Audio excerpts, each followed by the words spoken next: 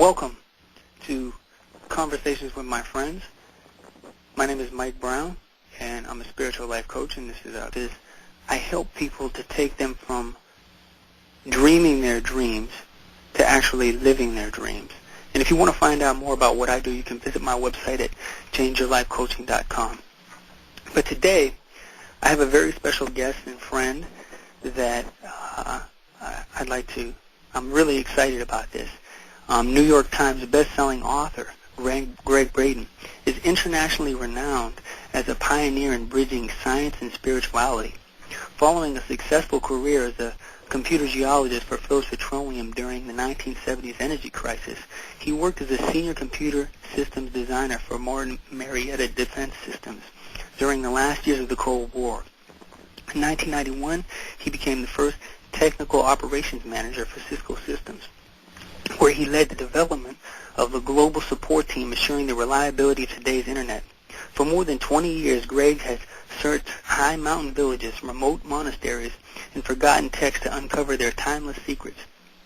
To date, his work has led to such paradigm-shattering books as The Isaiah Effect, The God Code, The Divine Matrix, Bridging Time, Space, Miracles, and Belief, and his newest book, The Spontaneous Healing of Belief. Gregg's works is published in 16 languages in 26 countries and shows us beyond any reasonable doubt that the key to our future lies in the wisdom of our past. Ladies and gentlemen, I give you Gregg Braden. Welcome, Gregg. Oh, Mike, it's a pleasure to hear your voice, and I'm very excited to be on the program today, so thank you for the invitation. Yes, I'm excited to have you here, brother. I'll tell you, I just read through your book, The Spontaneous Healing Belief, and the book was very exciting to me. I mean, very exciting to say the least. And in particular, in what I do as a spiritual life coach, I was stunned at how similar what you were talking about in there seemed to relate to what I actually do in my actual practice. I mean, I read a lot of books, and there's similarities here and there, but the similarities in that book was just amazing to me. Well, I haven't seen the specifics of the things that you're doing in your practice, Mike, but when I hear you say what you are saying, I have to tell you I'm not really surprised. I'm always in awe at the synchronicity. I'm not really surprised at the facts. And the reason is because I think that when something is true, it comes to us from many different perspectives in many different ways because everyone learns differently. So I think there are universal principles that have been in this world for a very long time. Some of them we know, some we're rediscovering in our own way right now. And our time is about bringing all of these ways of being together into something that's meaningful that we can apply in our lives. So I wouldn't be surprised if some of those universal principles are showing up in your work as well as in my book and the work of many other people as well. Yes. Yeah. And thank you for that work. I mean, for anybody who's listening out there, I highly recommend this book. It's truly, it's an exciting and amazing book.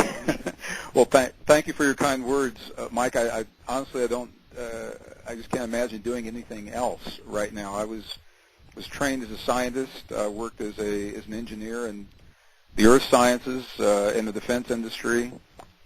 Worked for Cisco Systems in the early years of that company.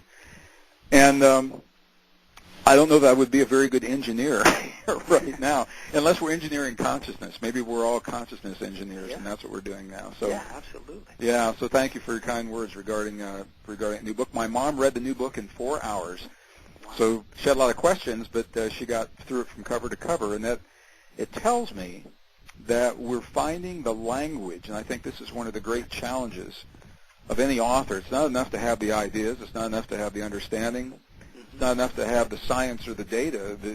The challenge, I think, for any communicator is to find a way to share what they have come to understand in a language that makes sense to other people and is meaningful and that other people can apply in their lives, even if they do not have a technical or scientific background. So I'm a student of learning whatever that language is, and the fact that my mom got through the book cover to cover tells me at least that I'm on the right track, and it is an ongoing process.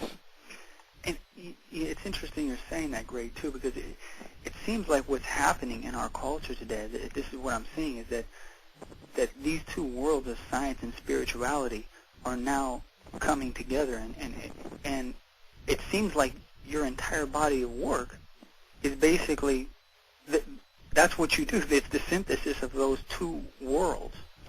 Absolutely, Mike. You know, I was trained as a scientist. I worked behind the scenes in some of the largest corporations of our country during some of the greatest crises that our country has faced. The energy crisis, the first energy crisis back in the 70s. I don't know how many of our listeners remember this, but oil production, oil imports into this country were shut down. I lived in a small, relatively conservative community in the Midwest, in northern Missouri. And I remember 1974, right around in there, they were rationing us to 10 gallons of gasoline a week. Wow. And those were back in the days when cars weren't really even getting that good a mileage. Mm-hmm. Working behind the scenes during the Cold War years, one of the most frightening times in the history of our planet, where we woke up every morning, the people of this earth woke up every morning with 70,000 plus nuclear warheads that were armed and pointed, aimed at some of the largest cities in the world. And people were trained every day to go into the bunkers and prepare to push the button when they got the order. And we lived our lives within, under that umbrella, within that perspective, every day for years. Oh, yeah. And it was during that time that I began to ask myself the question: what is it that we could discover about ourselves that would help us to transcend the differences that have led to the suffering and the wars of our past?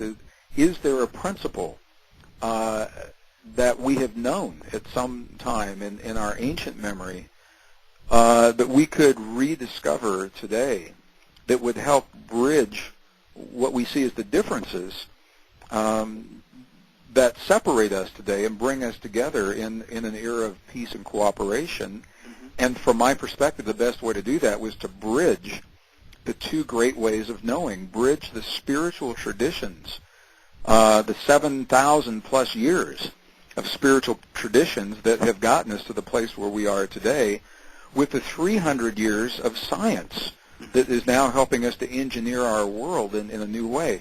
Marry the science and the spirituality into a greater wisdom that helps us to become better people and create a better world, and that has been the impetus. It's been the driving force underlying all that I've done in the bulk of my adult life.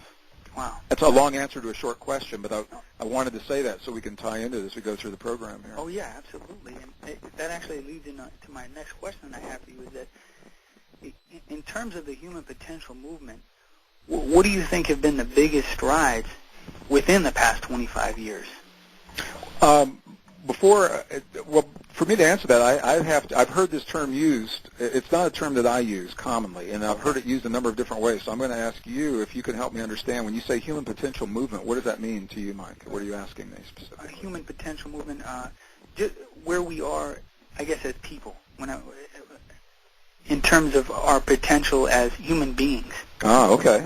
Does that make sense? Yeah, it helps me to make sense. I think what we're finding is that the conditions of the world today are pushing us to the very edge of who we believe we are in the world. In some cases, they're pushing us right over that edge. Mm-hmm. And it's almost as if we've created the conditions in the world that will force us to come to terms with who we are in the world to survive what it is that we've created. And I think what is happening in what some people are calling this human potential movement is we're recognizing that we are, in fact, architects of our reality, both in the little things that happen every day and in the big things that forge the history of our future, that the answer to the great questions of our time and the answer to our future is being determined by the choices that we make right now. And I think what the human potential movement has shown is that we have the ability to make that choice. There have been times in the past when we believed that everything was predestined and that we're victims of our world and there was no choice to be made. So the human potential movement, I think, has opened the door to the possibility that we are the architects and that we are making those choices and that our everyday lives as individuals become the collective answer to the great challenges of our time in history. Yeah, I hear that. And with that being said, what do you see, or what do you envision within the next 25 years? What do you foresee happening in the next 25 years?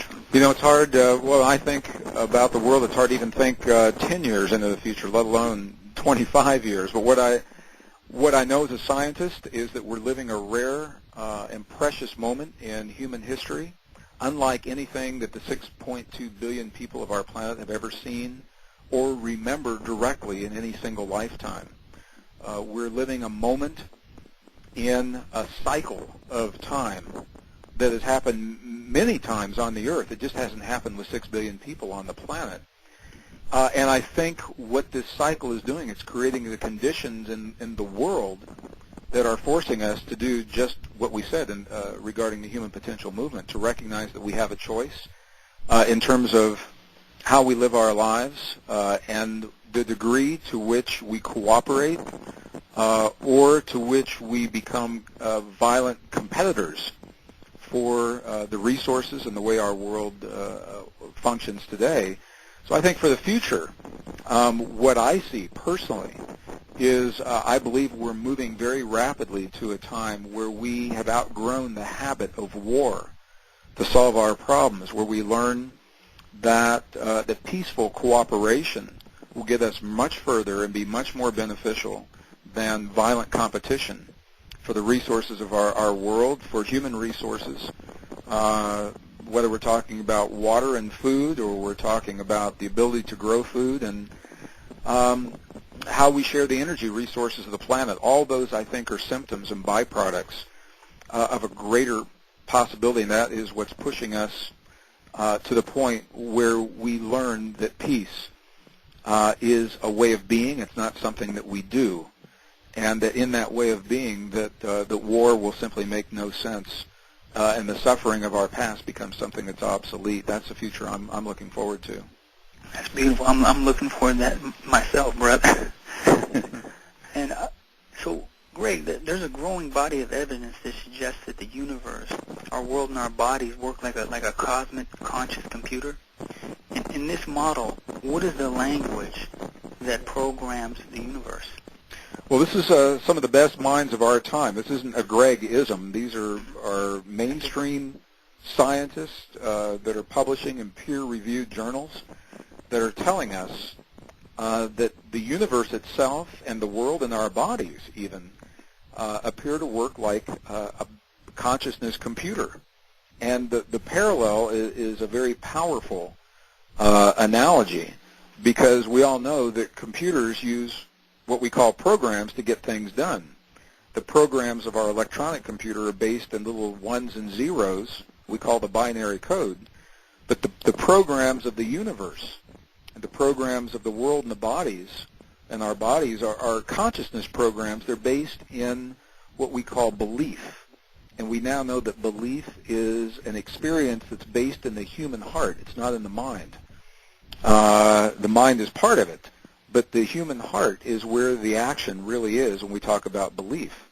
So when we hold a belief as true in our hearts, what we're actually doing is creating very powerful fields of electrical and magnetic energy that radiate beyond our hearts into the world and allow our physical reality to mirror what it is that we claim in our hearts.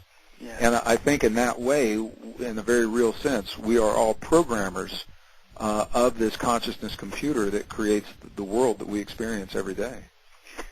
And Gregg, I want to make a point here, because I remember reading this in your book, just to add to that, because for our listeners, because maybe some people are thinking, that this is, feeling your heart and a good feeling type thing. But what I really stood out from in your book is the measurements, the science behind Sure. What goes into the heart. Can you talk a little bit about that? Sure. Within just the last few years, first years of the 21st century, modern science has confirmed what our most cherished and ancient spiritual traditions have always said, and that is the heart. Every human heart speaks a language that the stuff of our world recognizes. And I have to tell you, as a scientist, that made very little sense until these last few years, when scientists documented that the human heart is the largest generator of electrical fields in the body and the largest generator of magnetic fields in the body. This is important because our world, the atoms of our world, the desk, the chairs, the walls, the cars, other people around us, they're all made of atoms. And those atoms are ultimately made of little fields of energy that are electrical and magnetic fields. So our hearts are creating the same energy that the stuff of our world is made of. And what the studies are showing is when we change the energy in our heart, we change the energy in the stuff around us. The ancients apparently understood this in very non-technical terms.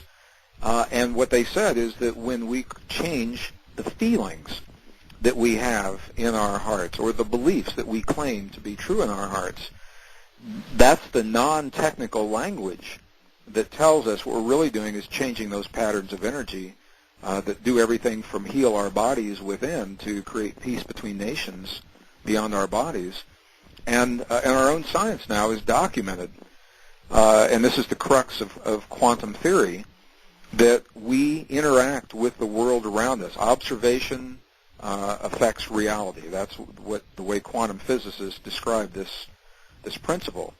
So there is no controversy in the world of science as to whether or not observation affects reality. That is accepted in peer-reviewed journals and technical papers.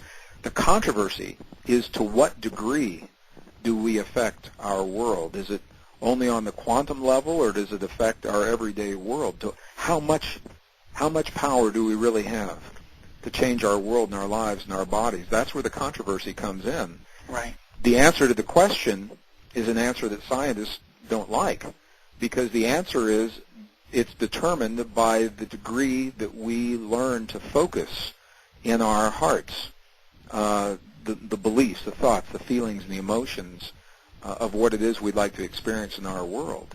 And it's hard to base a science on something that involves belief, because it's different for every human. Right. So again, a long answer to a short question, but we'll tie into it as we go through our questions here today. Yeah, and that actually, that makes me think of another question I wanted to ask you about. When you cited what Wheeler said, and he essentially said in your book that observation is creation and consciousness is creating. I'm not quoting that directly, but that's the essence of what it is. And then my question is that if this is true, then wouldn't that mean that science itself is a creative process, since one of the core components of science is observation? And if this is true, then is there really such a thing as objectivity? Well, I'll answer the second question first. Yeah. What the quantum theories are showing and what Wheeler said. By the way, for those that may not be familiar, John Wheeler is one of the giants, the great minds in the world of 20th century physics and 21st century physics. He was a colleague and peer of Albert Einstein. They studied together. They worked with the same data, the same information. They came up with very different ideas, however, of the way that we work in our world. Einstein believed that we're separate from the world around us, and John Wheeler believed that we are an integral part of all that we see.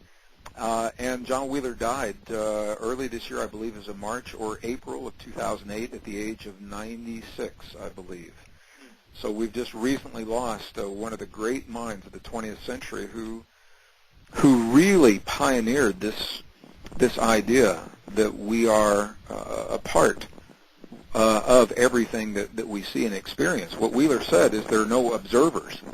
He said it's impossible for us to observe anything because the act of us watching, whatever it is we're watching, makes us participants in that moment, whether we're talking about a laboratory experiment or we're talking about the outcome of an election, or we're talking about the peace between two nations. So what he's saying is that there are no observers. We are all participants. In the laboratory, this means it's impossible for a scientist to objectively watch an experiment, and on the quantum level, this has been demonstrated many times. When scientists are watching quantum particles, they behave one way. When they stop watching and go somewhere else, the particles behave completely differently. So the particles are responding to the watching. What they believe is happening is the particles are responding to the expectation and the beliefs. Sometimes they're conscious, sometimes they're not, of the people in the room while the experiment is happening. Mm-hmm. So the question is, science, a creative process in the laboratory experiments.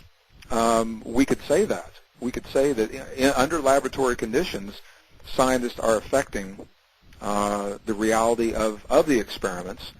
And I think the outcome is that scientists now are discovering that we live in a world that actually works in two very different ways. There's a linear world, and there's a quantum world, and this will lead into some of our other questions, Mike. In the linear world, we believe that we have to work toward a goal or toward an outcome one step at a time. So, and this is true, if you're building a Toyota in an auto factory, or you're building a space shuttle, for NASA, this is exactly the way you do it. You engineer every minute detail one step at a time, each step getting us closer and closer to the goal. That's the way we build physical things in this world. We also know, however, that we live in a quantum world, and in the quantum world we do things very differently. In the quantum world, we begin with the outcome as if it's already happened. We begin with the healing of our bodies, or the abundance in our lives, or the peace in our family, or the perfect relationship. We begin from that outcome as if it's already in place, and feel the feeling in our hearts of gratitude and appreciation and thanks for what has already happened. And in that way, we set into motion the quantum blueprint that allows those things to happen in our lives. And this is the difference between a linear engineering and quantum engineering. And I think the laboratory experiments are where scientists are beginning to understand that this is the way this principle works.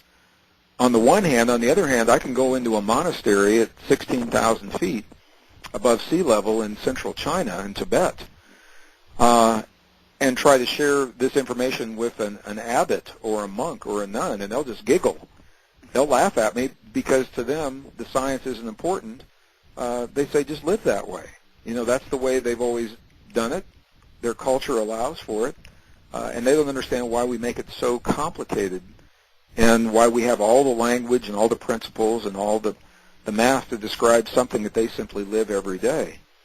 So it's an example of two very different ways of looking at the world. Both are correct, and it depends upon what it is we'd like to do, what do we want to accomplish.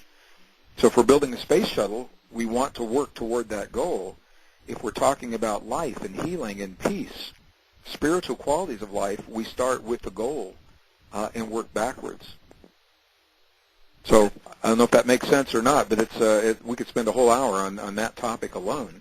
No, it's a very different way for the Western mind to think about our world, and it's a very empowering way to think about our world. And leading into that, Greg, do you have some more examples of how science is actually confirming these ancient truths? So absolutely, and any technical journal any day of the week is publishing peer-reviewed articles that actually confirm many of the principles that we find in our most ancient and cherished spiritual traditions.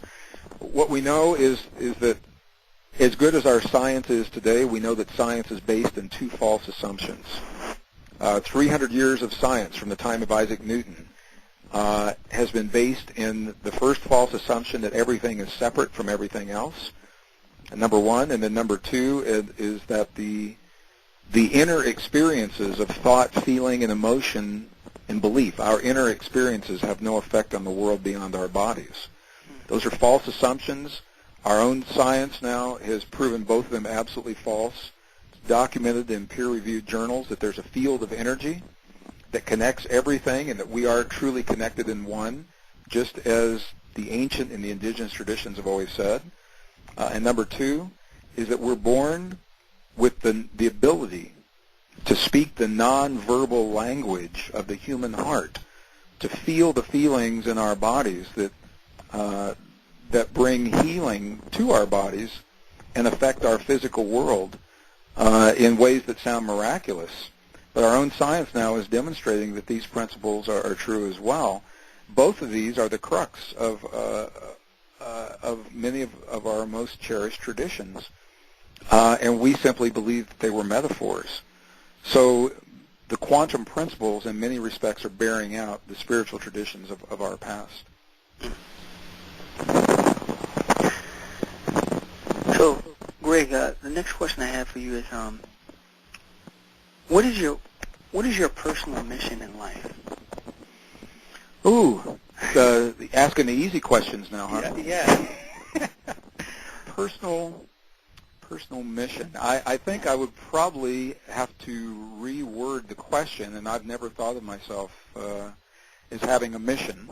Or your life purpose. Why you? Yeah, I think in life, what I'll say about myself, I think I'll say in general, I think for all of us, and that is, I believe that we all come to this world with an ability to express something that a viewpoint or a perspective that is our personal viewpoint or perspective, but we come to this world with the ability to share it with others in a way that no one else can. That's our uniqueness. So I'll share this with you as a little story. In 1986, I was an engineer during the defense industry, or in the defense industry during the last years of the Cold War. And I was also researching ancient traditions, traveling into the places that had been least disturbed by modern civilization. So I was traveling into the monasteries of Bolivia and Peru and then the mountains of Egypt on the Sinai Peninsula. And there was one evening, I had climbed to the top of Mount Sinai just before sunset. And as I was watching the sunset, I simply spontaneously asked myself a question. And the question was simply this. I said, if my life were to end in this moment, I didn't want it to, but if it did, yeah. And I looked back on everything that I'd accomplished until that moment in January of 1986, and knew that I could never come back to this world, I could never do anything again, would I feel complete with my life? And before I even got the question out of my mind, I knew the answer was no. And so my next question was, what would it take to be able to say yes? What would it take to feel complete with my life? And I'm still living the answer to that question based on what I came to understand and realize in that moment. I left Egypt. I went back to my career and to all the things that I'd put together in my life. And the ones that no longer made sense as gracefully as possible, I began making changes that would support me in doing what I feel that I can do in this world in a unique way that would help me to feel complete at the end of my life. And that is sharing and expressing what I understand of our world and our time in this world in a way, hopefully, that's meaningful and useful in our lives, life-affirming, empowering, and that will help us meet the great challenges of our uniqueness at this time in human history, not to just survive. We don't want to just survive this time in history, but to transcend the great challenges of our time in history to become better people, create a better world, and move forward with the kind of world that I believe that we're all claiming in our hearts right now, and that's the world of peace and cooperation. That's beautiful, brother. Yeah, so my ability to share in whatever way I can what I understand to help facilitate that change and that transition. Something what you just said really stood out for me, Gregg, when you said, "I'm living the answer." Well, I think we must. It's not enough to know the science. It's not enough to know the mechanism. It's not enough to know how things work. It's not enough to know what to do. It's important, and it may begin there, but unless we follow through and live that every moment of every day, it is essentially meaningless to simply have the knowing. And I think that's probably the great challenge of every human that walks this earth, is living in everyday life what we claim in our hearts and what we know to be true about our lives consciously, what we consciously know. Yeah. So every day is the workshop. We come together with thousands of people in a room, and I can share what I've learned, and we can share the images of the monks and the nuns and the monasteries and the ancient texts and the miraculous healings on the screen. And it's freeing for people to see those things, but the real workshop begins when they leave their seats and walk through the door at the end of the day. They have to reconcile what they've just seen and experienced with whatever faces them outside the conference room where we've just had the experience, and how they meet those challenges, how I personally meet those challenges. That is where the workshop really begins, and it's ongoing. We're never finished learning how to apply what we claim every day in our lives. So whether it's the clerk at the checkout counter at the local grocery store, or the cab driver that gets us safely to the airport from the hotel after the workshop, or the pet groomer that takes care of our animals while we're gone, how we deal with them in the heat of a disagreement or a misunderstanding in the moment, that's where the rubber meets the road in terms of applying what we claim in our hearts to the real world, and that's the spiritual workshop, from my perspective. And I trust you're doing that, brother. From what I'm seeing, it seems to me like you are living into the answer, and that's a beautiful thing. Thank you for that. Well, it would be impossible for me to stand in front of an audience of thousands of people and look them in the eye and share with them what I do if I didn't do my very best to honor those principles in my own life every day. I couldn't do that. Mm-hmm. And I've had the opportunity in my personal life to apply those spiritual principles, what I've learned, for my own healing, as a matter of fact. And it's through my personal healing of physical condition, physical experiences also, that I can look an audience in the eye and I could say, I know from my own experience that these things they do work. They can work for you. This is what I've learned, and I'm sharing it with you so that you can apply it in whatever way you choose in your life. Beautiful. Beautiful. Gregg, I just want to shift directions a little bit, and I want to ask you what your perspective is on politicians and industry leaders in the world. In terms of what? My perspective, there are many places we could go with that. What, do you have something specific in mind? I don't have anything specific. I was just, maybe in terms of what's happening in our election, or if you have any commentary on that. Maybe maybe not. I don't know. Well, again, I'm not sure exactly when you say perspective, that covers a lot of ground. I think in general, I'll just kind of back off any specifics, and I'll say in general that any leaders, whether it's a military leader or a political leader or an industry leader, they have a great opportunity to forge the direction of where we go in our world collectively, putting the principles and the policies in place that affirm the very spiritual principles that we're talking about now, but they don't have to use that language. They can put into place principles that support cooperation and peace, whether it's modeling a new way of doing business where everybody wins, nobody has to be a loser, nobody has to suffer, or whether it's It's modeling the sharing of resources on a planet where everybody wins and nobody has to lose and nobody has to suffer.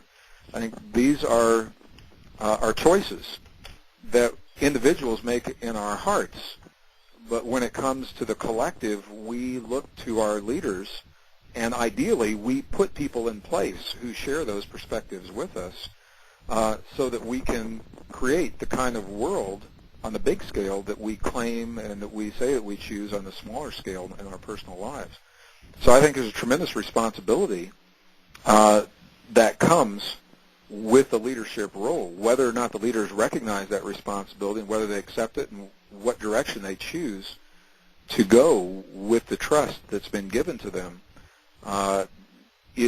that's up to us to do our homework and choose the people that are of the character that warrants, that deserves that level of trust that we place in their hands. And when we find that's not happening, we may want to look at the way we've made those choices in the past and how well we've done our homework. But I think it's a tremendous opportunity for, whether you're a parent in a place of authority, whether you're a teacher in a place of authority, whether you're a small business owner in a place of authority, whether you run the largest corporations in the world from a place of authority, or you run the corporations of the largest governments in the world from a place of authority. The same principle on different scales, and all of them are about honesty, trust, integrity, leadership, vision, and bringing those all together in a very powerful, life-affirming way. Beautiful. So, Gregg, in your book, The Spontaneous Healing of Belief, you say, to heal the ancient battle being the dark and light, we may find that it's less about defeating one or the other and more about choosing our relationship to both. I was wondering if you could, for our listeners, if you could explain a little what you mean by this, and also if you're willing. I think one of the things that really stood out for me was the powerful dream that you had in relationship to this as well. Absolutely. I think it's probably probably the greatest understanding that will facilitate the fastest shift leading to the greatest healing that we could ever make in our lives. And it is the way we define our relationship with light and dark. We're conditioned to believe that there are forces out there that don't like us, that want to steal everything from us that we cherish, including life itself, and the powers that do. From the time we're young, our entire civilizations are based upon this principle of good and evil, light and dark, a force that likes us, a force that doesn't. I'm not saying those things don't exist. I'm saying the way we choose our relationship to them determines our experience of them. So if we believe there are two forces that are opposite opposing, one that likes us, one that doesn't, one that wants to help us, one that wants to hurt us, we'll go through life looking at every situation that crosses our path through that lens, whether it's people in the workplace, whether it's our love interests, our relationships, our finances. We'll always be dealing with those polarities because that is our expectation of the world. It's a path, and I'm not saying it's right, wrong, good, or bad. What I'm saying is if people find that path no longer serves them, there's another path. And a reoccurring dream that I had when I was in my 30s and 40s helped me to understand that path, where I would go to sleep at night. I'd find myself in a very familiar dream, having very similar experiences where I was alone in one place in the dark. Everyone I loved and had ever known in my life, and even people that I didn't yet know, were across a huge abyss far away from me, and I wanted to get to them, to the people I loved and to the people that I knew, and the only way I could do it was to cross the abyss. And every time I would try to make that crossing, I would get pulled by the light in one direction or by the dark in the other direction, and I could never get to the people that I loved. And one night, when I had that dream, for some reason, something changed, and I did it differently. And rather than judging the light is good or the dark is bad, what I did was I allowed them both to serve me and become my friend. And because they both exist and they're both necessary in our world. And the moment that I did that, Mike, what happened was that the light on one side of the abyss and the dark on the other side came together and became the bridge that carried me to everything and everyone that I would ever know or love. Wow. And I never had that dream again after that. Immediately after that, in my waking life, my relationships began to change. I believe as a result of what changed within me and the way I felt about people and circumstances in my life. People that had been in adversarial relationships with me suddenly just began to fall away. I didn't change anything or ask them to stop calling or have any conversation with them about what had happened. It's just that whatever the glue was that was holding us together in life disappeared with the understanding that came to me in that dream. And suddenly the phone calls were fewer, the contacts were fewer, and that knowing remains with me today, and to the best of my ability, this is the way I live my life. Are there forces of light and dark? Absolutely. We need them in this world, or we wouldn't have a polarity. Mm-hmm. So we live in a world of plus, minus, boys, girls, up, down, light and dark. It's less about judging one as being better and one as being worse, and more about redefining our relationship to both. Because if we believe and we claim that one is better than the other and we side only with one and not the other, that's a battle, the ancient battle that is the trap that can never be won, and it keeps us locked into the very polarity and into the very struggle that we say we want to change. I agree. So from my perspective, this is what the dream was and what I meant by that statement in the book. Yes, and that really stood out to me, and I definitely agree with you. I think you probably could write an entire book on that alone. That seems like a very key thing. I did. I wrote a book back in the late 80s, early 90s. It was called Walking Between the Worlds, but it's now out of print. And I've incorporated those principles into the other books I've written, but that was the original book, Walking Between the Worlds. Yeah, that's excellent. With this, we got about 5 more minutes left, so I'll speak quickly then. Okay. I just wanted you to know I'm mindful of your time here. I appreciate it because I've got another call coming in at the top of the hour. One of I guess the last question I want to ask is: it seems like most of what you're saying in your book and much of your material, it seems very similar to the principles of the law of attraction. And my question is that accurate? And if so, what's the differences with similarities? Well, to be, in all honesty, Mike, and to be honest with our listeners, I can't comment on the law of attraction. I've never read any material about the law of attraction. I know Esther and Jerry because we work for the same publisher, but we're on the road. We don't read the books. And I have never seen the movies that were based on those principles. Intuitively, I think I know what that principle is. So rather than comment on the law of attraction, what I'll say in general is that we know that the world around us is nothing more and nothing less than a mirror of what we have agreed individually and collectively, what we've consented to in our heart. Sometimes it's conscious, sometimes it's not. So I'm not saying that anyone would consciously wake up in the morning and choose an illness for themselves or a bad day for their loved ones. We don't do it consciously. But much of what happens is in our subconscious programming and beliefs that have been instilled within us from family, friends, culture, civilization. And what I know is that when we make the shift in our hearts to feel the feeling of what we choose to experience, that becomes the blueprint for our everyday reality. However, our conditioning is to focus on the things that we don't like and what we don't have. Yes. And that becomes the blueprint yes. For our everyday reality. So rather than saying, why don't I have the perfect relationship in my life and how come I'm in a nowhere dead-end job, as I hear some people say, the conscious way of addressing that on the quantum level is to feel the feeling in our heart of gratitude and appreciation. What would your life be like if you had the perfect job? Or now that the perfect relationship is in your life on this quantum level, how is your life different? What does it feel like to share a trip to the grocery store with someone that you love and care about? And what does it feel like to have someone that you can confide in and share your deepest dreams and your greatest fears? And specificity is the key. The more specific we can get with these feelings, the faster the universe can respond to us.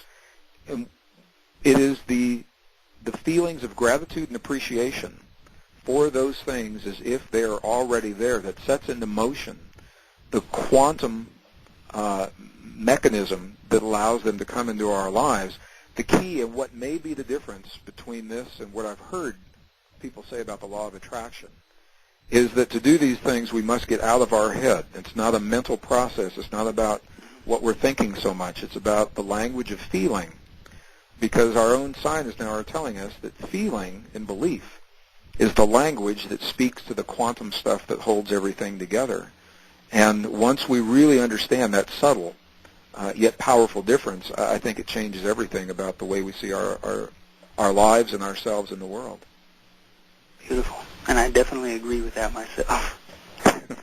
Well, Gregg, we're coming to the top of the hour here, so I just really want to acknowledge you and bless you, brother, and thank you for all the work that you're doing. It's been an honor to talk to you and exchange with you, and I hope that at some point, another point in time, our paths cross. Maybe we'll meet each other and we'll talk. And thank you so much, brother. I look forward to that opportunity. I want to thank you, Mike, for your vision and your dedication and all the good things you do. And I'm going to let your listeners know how very blessed they are to have a forum like this where we can have these kinds of conversations. I've been all over the world, and unless people are listening on the Internet to programs like this, in most cases throughout the rest of the world, these things simply don't exist. So listeners, if you're listening today, I want to thank you for all the work you do, and thank you for supporting Mike in this program, and I look forward to the opportunity to come back. I must say God bless to everyone. Take good care, and look forward to the next time. Beautiful. And Gregg, where can people visit you at your website at greggbraden.com? Absolutely. We've got the website greggbraden.com. The schedules are there. We've got all kinds of audio samples people can listen to. There's a television interview, 7-minute clip that's right there on the home page if you want to get the essence of what some of this work is all about. And many of the references and other people's work that we're supporting. It's all right there. Yeah, a lot of good stuff on YouTube on you, too. Well, I understand. I didn't know it was out there until someone pointed it out to me, so I'm going to thank whoever is putting it all out there. I didn't do it, but I'm enjoying seeing it. And it's being viewed a lot, too. That's what I'm saying, yeah. Beautiful. Okay, Gregg, well, I'm going to let you get on your other call, and thank you again. Hey, God bless, Mike. I've got an interview it's coming in like in 2 minutes, so thank you for your time. Let me ask, did you get what you need for both the article and the podcast? I got more than what I need. Cool. Okay, we did our work well together then, so I'll say God bless and thank you again for all you do. Okay, bless you, brother. Okay, take care. Thanks. Bye. Bye-bye.